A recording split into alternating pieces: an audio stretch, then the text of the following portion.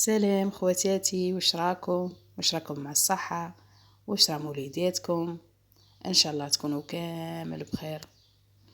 انا راني مع الروتين تاع يوم الجمعة خواتاتي. انايا حولت الخزانة كما قلتوا لي خواتاتي. والله شوفوا البنات كي حولتها درت لي الساعة في الدار واحدة. وثاني حاجة ثاني واحدة روح. ثاني حاجة كي حولتها من جالي من هيه ولا يدخل لي البرود ولا الضوء في الدار ولا رحمة ربي. هذه يا خواتاتي بالجمعة سما كان هو قاعد قلت له روح نحولوا الخزانة. هي قعدت نرفد قلت نصور مع خواتاتي قاعده نحول هي ولا غنصور مع خواتاتي. انا فرغت القش شويه مع هذوك مخبيتهم راني حاطتهم تما صورت كلشي مع خواتاتي. هذيك بنتي ثاني قاعده تعاون فيا ترفد معايا تشد لي منا وسيقت وغسلت هنا راح لي واحد الجزء منها كنت نغسل فيها.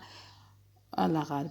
قلت لكم هذيك الخزانه على بالكم البنات ماشي من النوع اللي يخسر كي تغسلوها ولا هذه كي تغسليها عادي يعني ما تشرب لا ماء لا والو تغسليها وتنشفي تخرج هايله.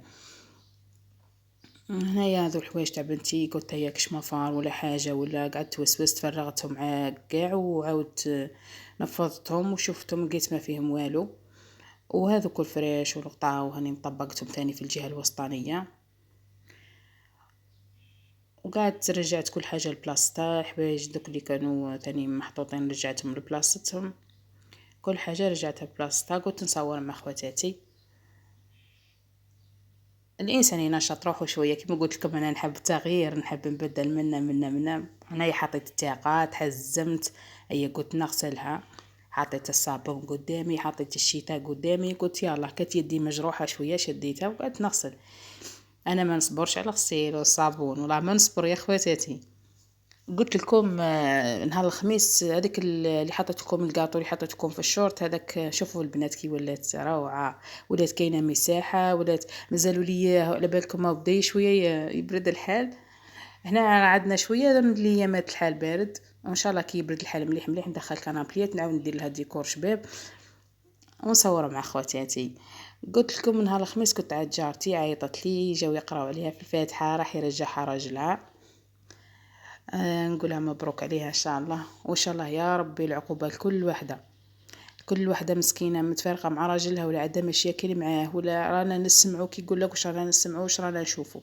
ان شاء الله ربي يحن عليها. وقلت لكم هنا راني ندير لها فلفل حاجه بسيطه قلت تدي معها لدارها.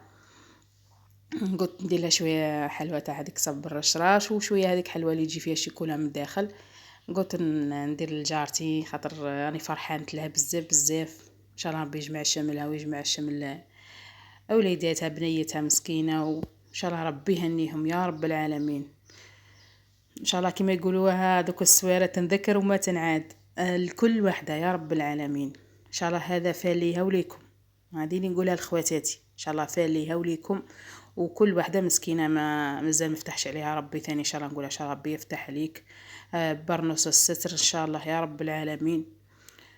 هذه يا خواتاتي قلت نخدم لها شويه تاع فال تديها معاها. لا رايحه ديريكت لدارها قلت المخلوقه نخدم لها شويه. هذه هي ما كانش عندي ولا الحق تاع ربي يكون عندي نخدم لها حاجه شابه وهكا ما نقولك حاجه تعمر العين بصح معليش.